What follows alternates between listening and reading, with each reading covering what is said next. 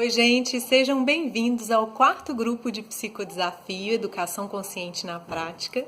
Para quem não me conhece, meu nome é Michele Camargos, eu sou psicóloga. Eu resolvi fazer esse vídeo para falar para vocês sobre 3 palavras que começam com C e que vai ser a base de todo o conteúdo que eu vou enviar para vocês nesses 15 dias. E a primeira palavra é congruência. Você faz o que você diz? As nossas ações, elas precisam estar alinhadas com as nossas palavras, senão a gente não consegue educar com qualidade. Então, você faz o que você pede para a criança fazer? Você age com congruência? Muitas vezes, os pais, eles gritam para a criança falar baixo, gritam pedindo silêncio, né? Batem querendo que a criança não bata no outro ou não bata em você mesmo. Você desrespeita querendo ensinar respeito para a criança. Então, isso é incongruente. A gente não consegue ensinar nada para a criança sendo incongruente, porque a gente sabe que a criança aprende através do exemplo. Então, qual é o exemplo que você está transmitindo? Por isso que eu digo que mais importante do que saber como educar é saber como utilizar a autoeducação. Como eu estou me autoeducando para ser congruente? Para praticar essa congruência em casa, de acordo com os meus atos, de acordo com a educação da criança. Outra palavra, e mais uma coisa que eu gostaria de dizer sobre a congruência é que nós não seremos 100% congruentes, porque isso é impossível. Nós somos seres imperfeitos e ser 100% perfeito, fazer tudo que a gente fala, estar 100% alinhado é impossível. Muitas vezes, pelo cansaço, pelo estresse, pela falta de paciência, é compreensível ser incongruente muitas vezes, desde que isso seja a exceção e não a regra.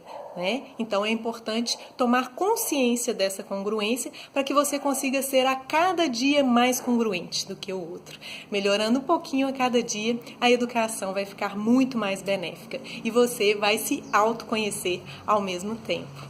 Segunda palavra que começa com C é a constância.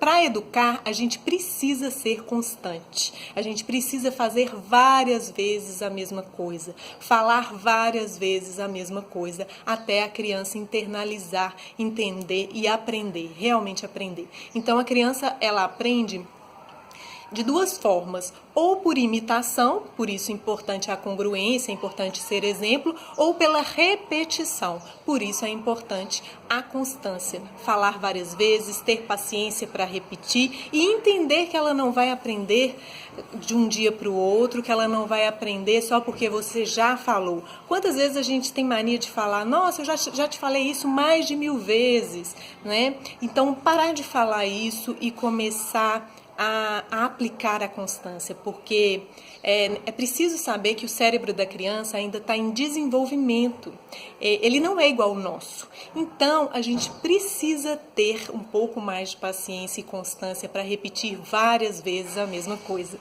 Então, congruência, constância, e a terceira palavra com C é a consequência. O que seria isso? É muito importante mostrar para a criança a consequência de cada ato dela. Então, tanto negativo quanto positivo. Quando ela fazer alguma coisa errada, mostrar para ela o que ela vai ter como consequência negativa daquele ato. É muito mais importante do que punir, do que castigar. Por quê? Porque ela vai passar a entender o que de fato acontece de ruim com ela e com todos ao redor e com o ambiente. E aí, a partir do momento que ela entender isso, internalizar, ela vai passar a agir de uma outra forma porque ela compreendeu. E não simplesmente porque alguém bateu, porque alguém xingou, não simplesmente por medo.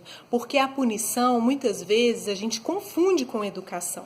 Mas a punição, ela só faz a criança parar de agir de determinado momento, de determinada forma naquele momento. Então, às vezes, quando a gente pune, a criança para de se comportar mal imediatamente, mas não porque ela entendeu. Então, para ela parar de agir daquela forma, ela precisa de alguém de fora, ela precisa de algo externo para fazê-la parar. Isso não é educação. A educação é a gente ensinar a ela olhar para dentro e perceber o porquê que ela não deve agir assim. Aí, compreendendo, isso vai se tornar automático. Aí sim, a gente pode chamar de educação. A educação diz muito mais de uma colheita a longo prazo. E não de algo que você vai cessar ali imediatamente. E não de algo que você quer que a criança pare de fazer, mas você não está ensinando habilidades a longo prazo, habilidades importantes de vida, que ela vai levar para a vida toda. Então, vamos buscar uma educação para a vida?